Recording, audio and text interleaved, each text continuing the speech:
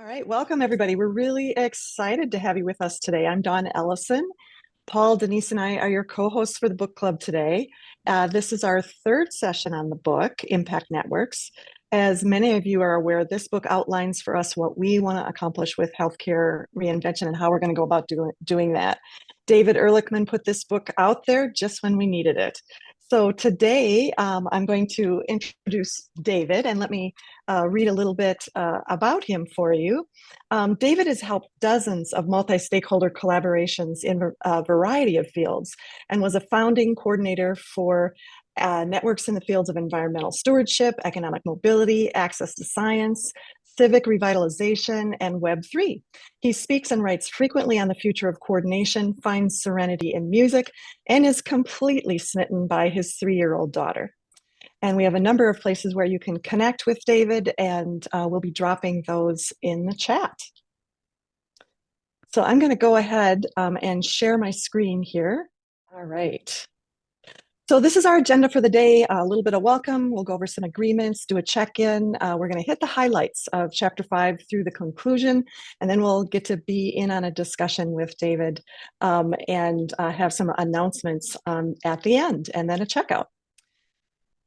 So these are some of the agreements that we conduct ourselves with. We encourage you to stay curious, ask for what you need, and offer what you can. Cameras on as a default, please. Share your thinking over your conclusions. A lot of times we are more likely to find commonality when we can share our thinking before we share our conclusions. Speak with intention and listen with attention. So at this point, if you would like to, you could share in the chat some questions that came up for you as you reviewed the book. Or if there were no questions, what resonated with you? I think David will be interested to see what resonated with you as well as what questions came up.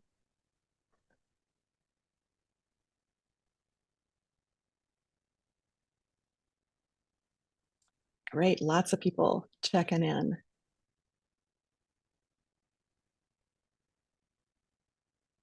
Several months since they've been with HRC. It feels so good to be here. I'm in Indianapolis. Welcome, Leslie. Kim's from Spokane, Dallas, Texas. Hey, Daniel, how are you doing? Somebody from Kentucky. Oh, it's raining in Minnesota too, Memphis. Great times to discuss. Excellent. Raleigh, Durham. Wonderful. Wow, lots of people popping in. I love it. In Saskatoon. Saskatoon. Excellent. Oakland, California. Wow, we were just in Berkeley, Denise and I. So good to see you joining us all from all over the place. I love the comment from Antonia. This is a great time to discuss how impactful networks can be. Yes. Thanks, Antonia. All right, so I'm going to just hit the highlights here so we can get to our discussion. So chapter 5 was about purpose and principles. I'm just going to touch on purpose. Purpose is a compelling vision to which participants can contribute. For HRC, we envision a world where healthcare reform is driven by collective action, where change makers work together to create a compassionate and equitable system that prioritizes the health and wellness of every individual. When people recognize the nature of their interconnected aspirations, their perceived differences shift from barriers to gifts. I think that's really a key thought here. Chapter 6 is convening the people. So it's about the why and the who. People join because of the why, whether it's their internal why or the collective why, and they stay because of the who. People will find belonging when they co-create what is possible. So who are we looking for? We're looking for people who are directly impacted by healthcare, and who isn't. We're looking for people who are doing or desiring to do some compelling work in this space, people that can move the work forward. And of course, we want to center people who are typically excluded. Network ambassadors focus on inviting people into the network. Now, last time we talked quite a bit about cultivating trust. So I'm going to talk about how to build trust. What David says is we need to start by connecting people. We need to be weaving connections. Leaders connect with members of the network and then connect members that would benefit from those connections. How do we deepen trust? We need to be reliable. We need to be true to our word. We need to say what we're going to do and then do what we're going to say. Be open, honest, and open to sharing. And of course, care. If we care for a mutual concern, that's about the purpose, and that makes a difference in deepening trust. Appreciation, accept people for who they are and then leverage the diversity. Listen with care, empathetic listening, or I like to say, listen to understand. That's how we build trust. Chapter 8 is about coordinating action. And there's a description in the book about the network coordinator. I think of it as like an orchestra conductor. They support the flow of information, the flow of learning, and the flow of action. There's information in from the outside to the network. There's information that goes out from the network to members and to, through newsletters and various forms. And then there's information between members in the network, like we're doing in Ask, Announce, and Celebrate, which is the space that we have on the Mighty Network. This network coordinator identifies emerging issues, supports events, evaluates events, monitors the Mighty Network, among many other things. This is a very important role in the network. I want to mention practicing reciprocity because it's very important. We're going to be spotlighting the great work that people are doing in this space. And what we're going to be asking those that we are spotlighting is, what do you need? And then what else can you offer? What can you offer? So ask for what you need, offer what you can. That's the reciprocity. And that is how that virtuous cycle of giving gifts, building trust, and then resulting in more gift giving happens. Chapter 9 is about collaborating for systems change.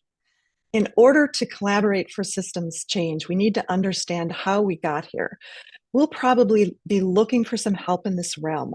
What is the historical timeline of the system that is now currently in play? And how can we map this system? How can we look for clusters of importance? How do we know where to leverage points that can make a difference in shifting this system? How can we explore those possible future scenarios?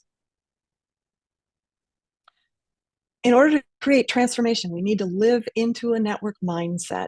We need to recognize existing norms, adopt a network mindset, and then lift up collective efforts and embrace emergence. When networks can live this change, it will ripple out to the bigger system. We want to grow a movement, a network of both learning and action networks. I'm sure you will hear Paul talk about this coming up. Enabling infrastructures. These are the structures that will enable the network to work. The organizing teams that David talks about in his book are the design teams. We've talked about this before. The design team is going to design and organize events or convenings. And then there's a core team. The core team has a lot of responsibility. It coordinates work and resources with other network leaders. This includes advising leaders, assuring principles are being infused in the work, recommending proposals, weaving the network, represent the network and the public, and selecting and onboarding new members, as well as advancing efforts to resource the network. And then there's project teams. We want to advance work aligned with the network purpose. Sometimes these project teams are internally focused, like communications within the network or the network business, decision-making processes. Sometimes the projects are externally focused, advancing the work in the community or the broader network. Learning circles are interesting. These can be finite circles, so they may not last forever. They may learn what's identified as needing to be learned and bring that knowledge back to the network and then disband. There's opportunity for leadership in each of these kinds of teams. So what does a leader of network teams do? Well, the responsibilities include scheduling and facilitating meetings, managing projects, such as just making sure that the tasks are assigned to people. Update the core team with progress on your team, and then share progress with the network as well. Provide opportunities for others to contribute. Really important that all along we're thinking about how others might be able to step in and contribute to these teams. So I love this bounding participation concept. David talks about a leader who's responsible for making the team happen, and a partner who's actively working with the lead to make this happen, and then followers who say, I want to stay informed of activities, but I'm not necessarily stepping in and being active or partnering. And then folks who just say, I'd like to honor what you're doing, respectfully decline participation, but honor it nonetheless. So one of the responsibilities of network leaders, again, is to provide opportunities for leadership, partnership, and followership to emerge. So, in conclusion, I love these quotes, David. Developing our collective ability to navigate complexity and create meaningful change is the defining challenge of our time. And trust based relationships enable everything else that a network aims to achieve. When people begin to connect and co create in new ways, bound together by the strength of their relationship, magic happens. All right. Look at all these people that joined us. This is excellent. So now it's time to move on to discussion. And I wonder if we could start maybe by asking people what resonated with them. What about this book resonated with you? I'm sure David would love to hear this. You can just put it in the chat or you can speak up either way. I don't mind sharing a little. My name is Trisha, and I have a master's in change leadership from Columbia. So I didn't get to read this book as part of my curriculum 10 years ago, but it's everything that I learned. And so I was very excited to be re-energized by the learning. And as a coach, a leader right now, I'm really drawn by the ripple effect and just learning the impact that one individual has on a group. And so it's just really resonating for me on a really important way of how individuals and groups interact in group size. And so thank you so much for picking this book and for excited to have our author here today. Thank you, Trisha. Who else would like to share?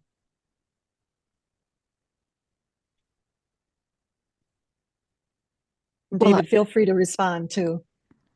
Well, and Don, I think I'll share, when we first came across this book and as we read it, Paul and Lonnie and I at that stage were identifying that what we're reading in this is what we've been talking about, but it's so much more articulate and it's kind of the path that we need to follow. And so it really lit us up that we weren't talking about something that hasn't been conceptualized, and we weren't necessarily going to have to recreate or try to figure out everything, but we had a path that could help guide us. Some lessons learned are shared, and so we're not in the dark as we try to move forward. Yeah, hi everybody. I'll just chime in here. Awesome to be with you all, and thanks so much for showing up. And Trisha, I love what you said that you learned, this 10 years ago, and that's amazing. I mean, like I've never, pretended like the things in this book are brand new. It's really standing on the shoulders of giants and all the work that has, come in the past for generations, and going as far back as indigenous wisdom and community organizing practices and coalition building and all the rest. And one of my favorite things that I've heard many, many times from people who've read the book is you're describing like exactly what I do, but just putting language to it. So now I can share it with others, or help make the case for it. Or maybe there's a little bit more of a sort of a playbook to follow. So love hearing that. That was really the intention with it, is sharing the stories from, the many, many people that I worked with over the years. All the things that we read and captured, and the sort of benefit that I had in the work that I was doing for over 10 years through Converge is working with so many different types of networks, kind of all over, really different contexts, different histories, different places, different people, but seeing the common patterns, between them, and those were the patterns that we wanted to capture in this book. So glad to hear it resonated like that. And you mentioned the website, David. I just put the link in there. I love that the resources, you reference them in the book and you have them available to us out on the website. Thank you for that. For sure. Yeah, we wanted to, open source everything. So yeah, use it, adapt it, whatever you need. That's our intention here. So speaking of your resources, one of the questions you had for the book club guidebook was this. So I'm going to take this opportunity to ask you, David, what techniques have you used for helping people combine their diverse perspectives to develop a shared understanding of the system? Because I love that question. One that I've used so many different times or seen others use, which just seems to work every time, is kind of those interesting like social technologies that just seems to work every time, is the True Stories exercise, which I share in the book. And there's a facilitation description or guide on the Converge website, which is converge.net/toolkit, I believe. And, it's like before you get to what are we going to do together or how are we going to do it, getting deeper into who we are and why you're here and connecting as people. Because I think so often when folks come together in these professional environments, we have our professional hats on and we're very serious and we're pretty emotionally guarded for good reason. And it takes a while to like loosen up or just like take off that professional mask and be a real person again. But I think that's where we need to get to if we're going to be able to actually kind of dig into the harder conversations or the places where we disagree. And so the purpose of building those kind of human-based relationships or connections is not so that we like each other, because you don't need to like each other to be able to work together. And it's definitely not so that we agree with one another. It's actually so that we can disagree and still hang in there long enough to either find some slice of common ground or have a better understanding and appreciation for each other's perspectives and be able to figure out how we can move forward even when we disagree, so that doesn't break it off. And because disagreements and miscommunications and all the rest are inevitably going to come up, and so often if we haven't built that sort of layer of goodwill first, then a miscommunication or some issue comes up and it's just cut off, not worth it, right? So the true story is one. Use it all over the world, really different cultures and contexts, and still it's just as simple as it's telling stories about your life or stories about a meaningful moment in your life, or you can tie it more to the work itself, like the story of what brought you into caring about this land, if it's a land stewardship network, or what brought you into X, Y, and Z, or a transformational period of your life. But the key, and this is all in the facilitation guide, I won't go into too much depth, but the key with this exercise is it's one by one. You're in a small group of 4 or 5. And so it has to be facilitated, because one by one, each person has 5 or 6 or 7, however long you want to set, minutes of uninterrupted time where it's just them sharing the story about their life related to the prompt. And the job of the other people in the group is just to listen. That's it. And actually not listen to respond, right? Which we often do, but actually just being with that person and seeing them as a human so just that like real empathetic listening, because the quality of the listening actually affects the quality of what's being shared too. And after that person has shared 5 or 6 minutes, then the others in the group get a chance just over a minute or two to share something that resonated with them.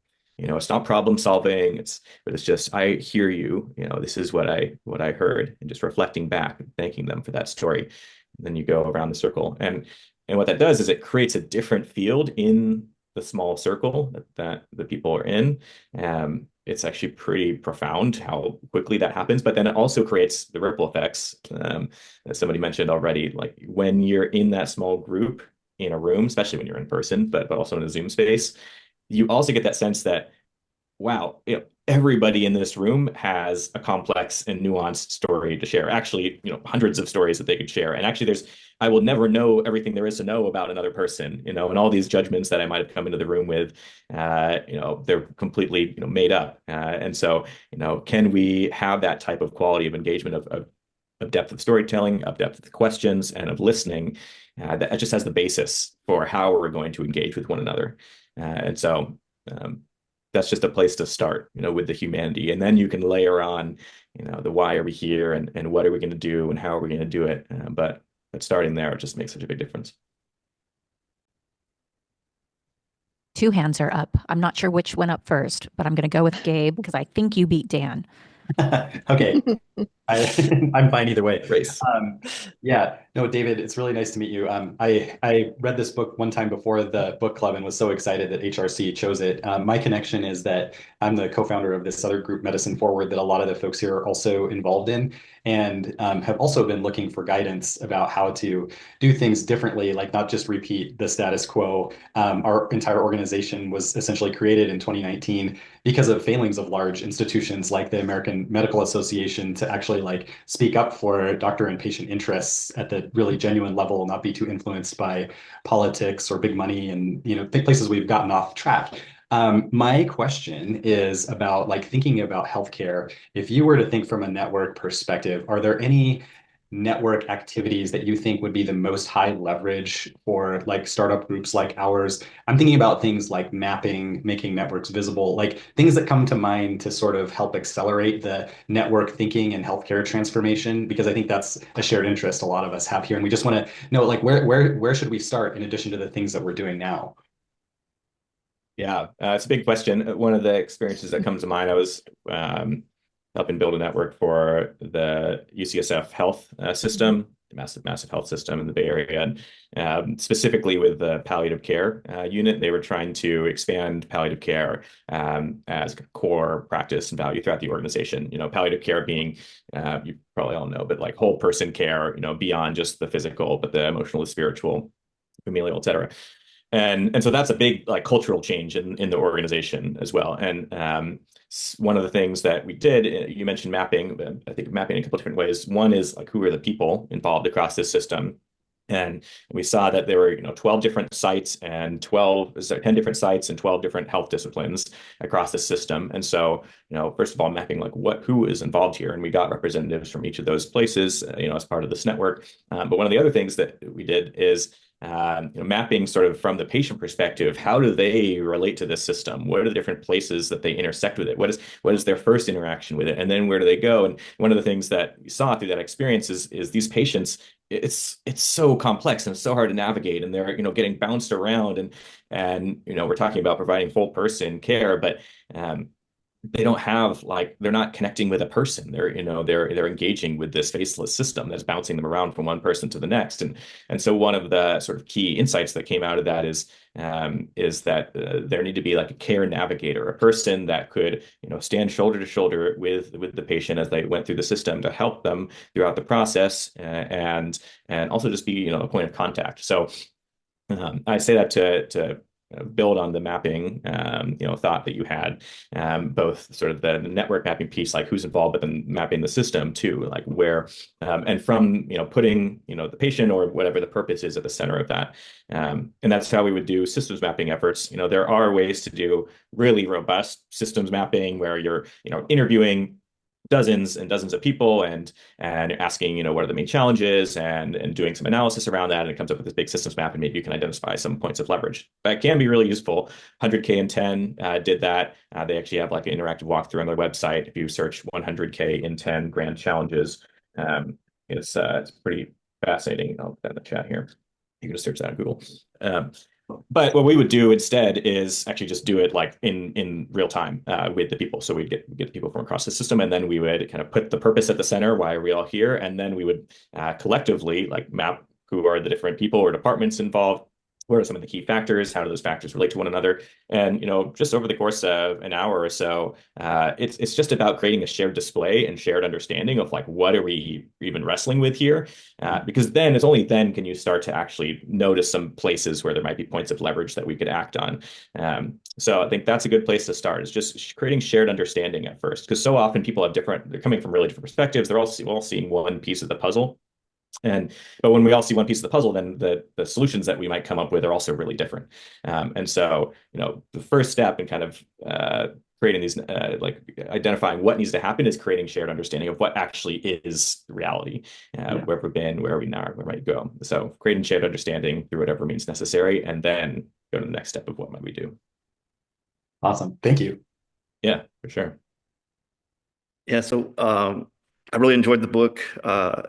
And I'm a huge advocate for physician ownership and employee ownership as a component of the solution to improving healthcare. I'm a third generation physician. Both my father and grandfather were primary care physicians, and they owned their own clinical practices. They had complete control over the way they ran their healthcare businesses, as well as autonomy over the way they practiced clinical medicine. And because of that, they had much more intimate, deeper relationships, with their patients and their patients' families. Over the past 50 years, as you've seen, increasing, corporatization of healthcare and increasing employment model of physicians, with well over 75% of the physicians now employees. I think that is a huge contributor to the dysfunction that you see in the healthcare system, and it's really on the business side, and how that dysfunctional business side impacts the practice of clinical medicine. So what I really enjoyed in the book was when you talked about, comparing the network mindset versus the hierarchical mindset, and then, relational thinking. And I thought that really tied into, that idea of the network mindset, that's going to be, most easily reproduced in a model where there's more engagement, more ownership, more leadership from the physicians and the healthcare workers. And so my question would be is, one of the quotes you also included, I don't know the exact quote, but it was basically, rather than, trying to, it was Buckminster Fuller, and it was rather than trying to, basically fight the system, it'd be better to, have a replacement, that makes the current system obsolete. So having said all of that, what are your thoughts of trying to implement this? Obviously, you've had some experience with trying to implement this, network mindset within hierarchical organizations, and how successful that has been. And have you seen with changes in leadership that you had great progress with the leadership, and then the leadership's replaced and all that work just goes away? Yeah, totally. Well, first of all, I totally agree with you. I'm really passionate about collectively owned organizations. It's actually the primary focus of my work now, since I wrote the book, is how we can create more collectively owned organizations, and be able to have stake in the things that we are contributing to. And also have heard direct stories of what you're sharing in the healthcare field too. My wife is a family nurse practitioner, and has gone through the same kind of experience that you mentioned. She was with an organization where they were really patient-centered, and then that organization got acquired by a different company, and then suddenly the patient visits are 15 minutes a piece, and it's much more profit-driven, and it's much more soul-sucking, and all the rest. Outcomes go down for both patients and providers. So. Yeah, the leadership matters. One thing I'll say, leadership really matters. And even in actually, especially in collaborative contexts, I would say leadership matters. Just a really different type of leadership than we see in hierarchical environments. But if there is to be, a transition of an organization into a more network way of working, I think leadership really has to be on board if it's going to be an organization-wide transformation. That's something Frederick Laloux really pointed to in his book, Reinventing Organizations, which is really about self-managed organizations, which is a really foundational book for me. Came out maybe in 2012. And I have been in situations where we tried to support sort of organization-wide transformations, but the leader wasn't quite on board, and it's not going to work. It can work in individual teams, though, or departments. And so you can kind of, like, if there's a group or a team that's in the organization that wants to plant that seed for themselves and work in a different way, that's possible. And maybe that will spread to the rest of the organization. But in order for that type of transformation, the leadership really matters, and the ownership matters. And it's why I am currently focused on creating platforms and ways for organizations to be collectively owned and to be what we call capture resistant, so that the top of the hierarchy is not captured, and the value created and everything else is not captured by an individual or disproportionately small group, and the value is extracted out of the system, and the people lower in the system are just employees and don't have any say in the future of the organization, and don't have any stake in the outcome of the organization. And that is a really big challenge. You have to set up the organization in such a way that it cannot be captured, because people tend to want to capture power. And once people have power, it's really hard to give it up. But there are leaders like that out there that really believe in that. And if the leadership is bought in, then I have seen successful transitions. And also, if folks are starting organization from the beginning and they have that as an aspiration, there definitely are ways to set it up so that it can function in that more kind of networked and hierarchical way. I say hierarchical as in not a flat structure. There's still structure, so the structure emerges as needed. But the top of the organization, it's not an entrenched power structure. It's really structure within a collectively owned system. Thank you. That helps a lot. I have one short follow-on question would be, in designing those types of organizations, I mean, do you think of like an ideal size for the organization? And one of the things I've run across is Dunbar's number. I don't know if so I was curious how you think that relates to organizations. Yeah, if I can copy this image in here. I fortunately knew exactly where it was because I was talking to somebody about this. So Dunbar's number is typically referred to as 150 people, which is like the limit at which we can have sufficiently close relationships. And beyond that number, it's hard for organizations to have the sort of like closeness that they need to work in more decentralized ways. What's interesting, I think, is this image, though. What Robin Dunbar was talking about is a little bit more nuanced than that. She, notes these different sort of concentric circles at which relationships are. There are different types of relationships at each group size, and I have often seen that for like great decision making, a group of 5 to 7 is usually best. And there has been research that every person you add above 7 decreases the ability for the group to make decision by 10%. It's more complexity. There's more coordination challenges and whatnot. And so and then the next threshold is, I've found about 12. Dunbar says about 15. And that's the group I like. So we often started with sort of a design team and a network of somewhere between 5 and 12, and you're balancing coordination costs with sufficient diversity of perspectives and parts of the system. And then sort of the network group itself, 50 is like the maximum size that we were able to sort of facilitate one conversation at a time. And it has to be well designed and well facilitated. But that's I see sort of the limit of like sort of a small organization size that could like manage this transition together. And then 150 is like a larger unit. And the Gore-Tex had a really decentralized model of organizing, and they organized their factories in 150 people, and they found also that was the limit. And where I've also been curious following writing Impact Networks is how we can coordinate effectively at larger and larger scales, even when we don't know one another or trust one another, and what are the types of systems that we need to create in order to do that. So that wasn't really exactly an answer, but that's maybe a guideline to think about different group sizes. Yeah, no, that was great. Thank you. For sure. Yeah, great questions. So I'm raising my hand because I want to make sure that we go to Trisha's question that was in the chat. And Trisha asked, to what extent does the term boundary spanning connect with impact networks? Oh, yeah, for sure. I think I might use that term in the book, or not reference relatedly. So yeah, I think boundary spanning is, we work and operate in these different silos, which are bounded in some way.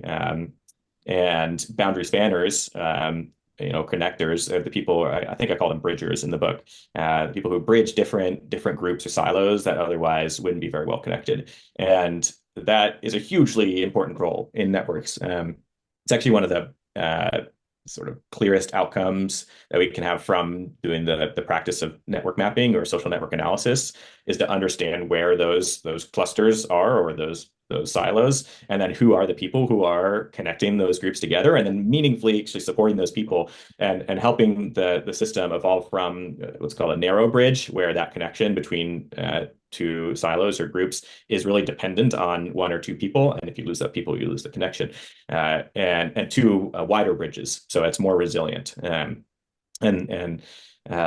actually seen that I did some mapping a while back for the Fresno Unified School District, massive school district in the Central Valley. They were interested in learning more about their parent support network, like the parents who volunteer and are active in the school system.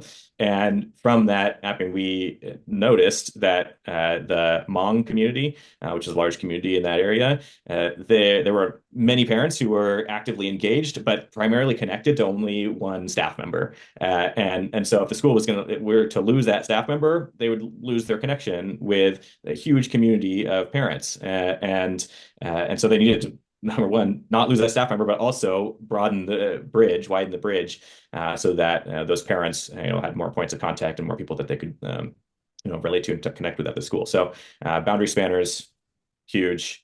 Figure out who they are, support them, and encourage more boundary spanning. Mm-hmm. Paul, I see you. Did you have a question? I don't usually ask questions. I usually have comments. Here it comes. I have to say something about organicity here. I have 3 or 4 analogies in my head. We talk about ripples of change. It's a fractal. Ripple is the same shape as a tidal wave. So let me talk about a couple, 3 things. One is those 6 women who got together in Seneca Falls in 1840 decided that women should have the right to vote. And it took them 80 years, but they built an enormous nationwide movement to get that to happen. But it started with 6. Bill and Bob started Alcoholics Anonymous by helping each other. There are now millions of members across the planet, but it started with those two. And I would submit that it takes two to start a baby. Once you have a fertilized egg, the next thing you know, you've got 2 cells, and then 4, and then 8, and a blastula. And the next thing you know, it's forming an emerging property called a baby. And I'm reading another book right now by a management guy, Mintzberg from Canada, who compares the healthcare system to a cow. And he does that by saying this, in a cow, all the parts work together automatically and they don't have to think about it. But in healthcare, nothing works together. And so we don't have an organic structure to our healthcare system. But what we're trying to do with the network is start with the power of 2, couple of minds, build a larger number of couple of minds, and it's growing more like a developing fetus. And that's what creates a new culture. So what you're doing today is you're building just that. Enough out of me. Athena. Yeah, thank you. I have really loved this book. I'm building my own network to bring healthcare workers together to collaborate with the communities and change our healthcare system. And so this has kind of been a guidebook for me. And some of the things that I've really noticed or that have been like a aha moment was when you talked about starting out as a learning network first and then building into action. And I think I've kind of gotten a little ahead of myself in thinking about the platform and the network and wanting to jump into action right away. But as I read that book, that really struck a chord for me. And so I'm kind of rethinking things. So I really appreciate that. And my leadership strength is as a catalyst and a visionary. I think I can also be a great weaver, but it's a skill that I need to develop further. And so one of my questions is how to make sure that we stay on track as a network towards that vision. I really loved how you talked about listing the principles and the priorities and developing all of that together. But I could see that many people would have different interests and ideas about how the healthcare system, what direction it should move in, and how would you keep it on track? Totally. Awesome. Thank you for those reflections. First of all, yeah, the wanting to jump straight to action is just so common. And I see it all the time at different sort of altitudes. So I love that resonated with you.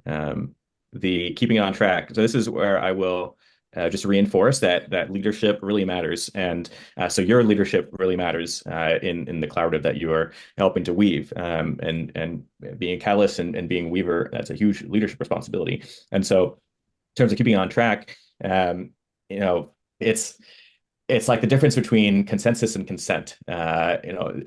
It's going to be really hard and take a long time to generate, if it's even possible, to generate consensus about the right thing to do next or the right path forward. And it's going to be probably really painful even for people to try to do that all together at the same time. And so where you can be really a leader here is to do the kind of weaving duty of having individual conversations with folks, but then synthesize that and share back to the network in a 1 or 2 pager as short as possible. Here's what I heard. There are different perspectives. Here's some alignment. Here's where we disagree. And then you can share that back. Here are the places where there's general agreement. Here are the places where we disagree, and you can. I think you can step into that leadership responsibility of, helping to suggest a path forward. And then you're asking for feedback and you're asking for consent and ultimately looking for consent from the group to move forward. And I think in the book, there's the sort of fist of 5, method of consent-based decision-making, which is useful. It's just like it's more nuanced than yes or no. It's allowing people to share, I'm in love with this idea, I want to support it, down to, I have concerns that I want to discuss, to I have really big concerns, or this is actually going to create harm and we need to block it. Changes need to be made before we block it. So you can put forward suggest a path and then see how people relate to that. And folks that, put up if you did that type of voting system, put up a 2 or a 1, bring up the real core fist, the real concerns, and then address those and focus then on those specific concerns, and then, craft the next iteration of the proposal and see if it meets the bar for consent and move forward. And because, it is important to keep some momentum and keep moving things forward. Otherwise, you're just going to spin your wheels and people will get frustrated, and the big vision, that you have will, you won't be able to get there. You need leadership. So, and it's, as I said, it's like, it's a different, leadership really matters. It's a different type of leadership, though. You're not saying, this is what we're doing and, get on board or you're out. It's a much more facilitative and collaborative style of leadership. And you're not dictating, you're presenting a path forward and you're asking for consent. That's really different. And if the people then also determine that you're not the right leader, there should be some kind of mechanism for them to appoint a new leader. And maybe there's you start to set up the process of what roles exist here and what authorities those roles hold, and what's the process for the group electing those roles over time. You don't need to build up too much structure in the beginning, but over time that's how I'd see it evolving. That you are holding right now a specific role for the network. And that's a role that you may not hold into perpetuity, but it's a role you're holding now. It's called network coordinator, for example. And part of one of the authorities of that role is to do the sense making that's necessary and to present, a path forward, and then to work with the group to figure out a way to find consent and start to move forward. So hopefully that helps. That's what I'd recommend, is step into leadership. That's really helpful. Yeah, I like the idea of distributed leadership and keeping things more fluid.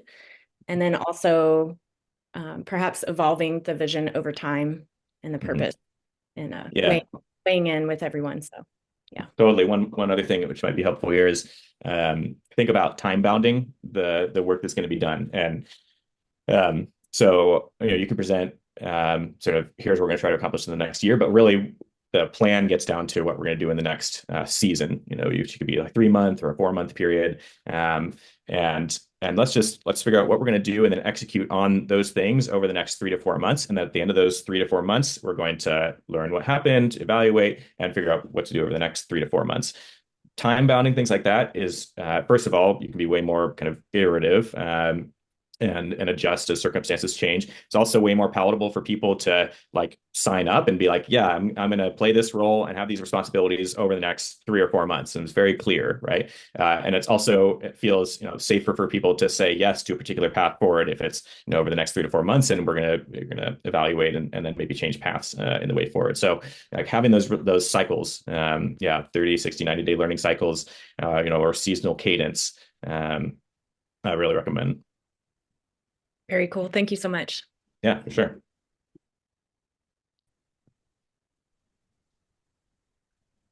Dawn, do you want to take us forward? Sure. David, I'm wondering if you would like to spend a few minutes telling us what you're up to these days, and then we'll move to Denise for some HRC announcements. It looks like we can do another question from Virgil. I'm happy to take another question. I won't take too long on my part. Okay, Virgil. Okay. You hear me now? Yep. Yes. Good. Hey, David, in a follow-up to the previous, how important is it to lay out the plan that you just kind of described with people so that everybody's aware of the steps that you're going to go through? Yeah. Okay. You're smiling. Yeah. Okay. No, yeah, it's a great question, because I'm smiling because I'm just remembering how often we would have to, it's like often when people come into these types of networks or collaboratives, it's a different way of working that they're not used to. They're used to the very directive, hierarchical environment of their organizations. And so it took a little bit of getting used to sometimes, being a little bit more comfortable with emergence and whatnot, and understanding the network approach. So definitely found it useful to share, the network approach. But how I talk about the plan is deliberate process, emergent results. So the process that we're going to go through is very deliberate. We are going to go through purpose and people and trust, coordination and collaboration, or we're going to focus on the why and the who, and then the what, and then the how. And we're going to do this on this cadence, this cycle cadence. Every X months, we're going to do sense making and then determine what we need to do next, form into teams and roles, and then at the end of the period, come back and evaluate and go on next. So it's a very clear process, but you're not dictating what what's going to get done or what the specific outcomes are, which is really different. And that's the problem where a lot of networks have failed, where a foundation comes in and says, this is what we're doing, and you're getting on board or not, and it's over a year or longer. So I would say, yeah, be really, clear about the suggested process, and you'll iterate that process over time collectively, but clear process, deliberate process, emergent results, and that way people can exhale a little bit and understand what the sort of cadence that they should be used to.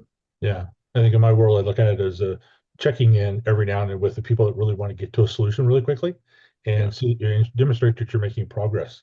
If you kind of talk about to excite them that there's something coming. Yeah, thank you. Yeah.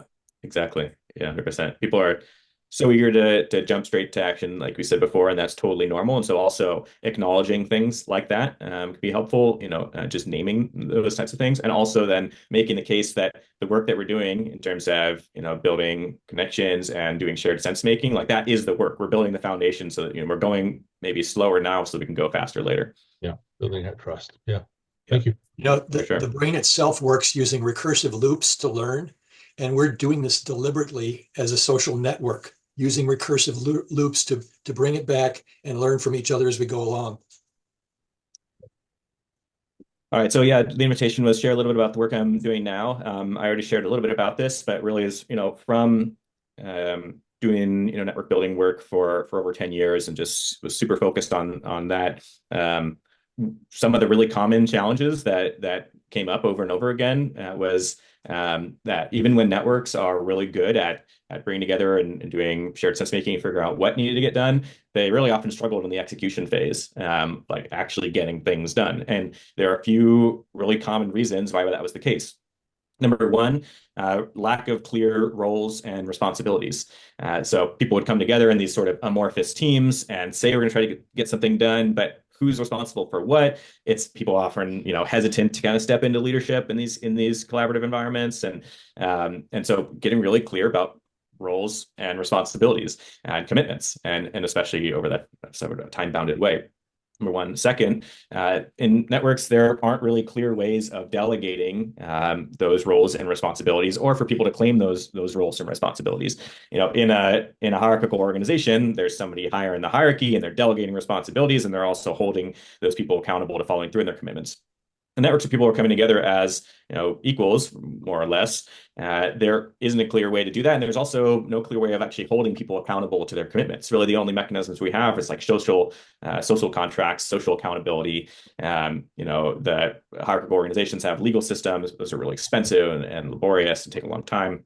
And then third challenge that we face a lot, especially when people are coordinating across the internet, saw this through COVID. We had to shift a lot of in-person stuff over the internet.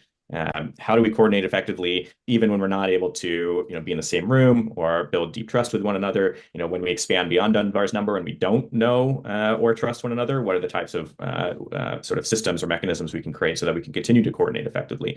And that's really what I'm building now is a platform for decentralized work and for decentralized organizing. It's called HATS Protocol because a hat is a role. You wear many hats in an organization. So a hat is a role, and a role bundles responsibilities and commitments. It also gives you the actual powers and permissions you need to fulfill that role. So this is a technological tool or development that actually gives people the ability to spend funds on behalf of the collective, or manage the social media account, or publish to certain accounts, or have specific access to certain documents or workspaces, or voting power and whatnot. And then the third piece of it is the accountabilities.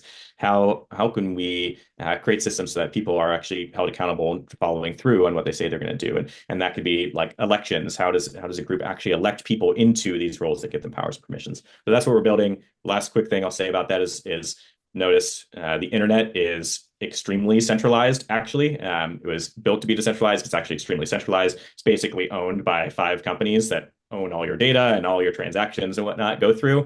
And so we're also trying to build a more decentralized and fair internet where people can have stake in the things that they're contributing to. So that's kind of the ethos behind it. That's not complex at all, is it, David? It's a big challenge for sure. Yeah. And if you go to the website, you'll see it's like pretty technical now, and we're trying to solve these issues at sort of the foundational layer, and then over time we'll abstract the complexity away so that anybody can use it. Yeah, but it is a multi-year challenge for sure. Mm. Yeah. Well, Well, yeah. I'll just say thank you, everybody. I mean, I don't know if I'll talk again here, but just really appreciate your joining and your interest in the book. You can reach out to me anytime. I'll share my email address in the chat, and I'm so glad to hear that this is supporting your important work. So thank you for sharing that with me. Yeah, it's been resonant with so many. And I hear it, of course, with our core team working on HRC, but I heard it from so many who joined us today. So you have made a difference for a lot who are trying to create what you talk about in the book. And I appreciate that. Thank you so much.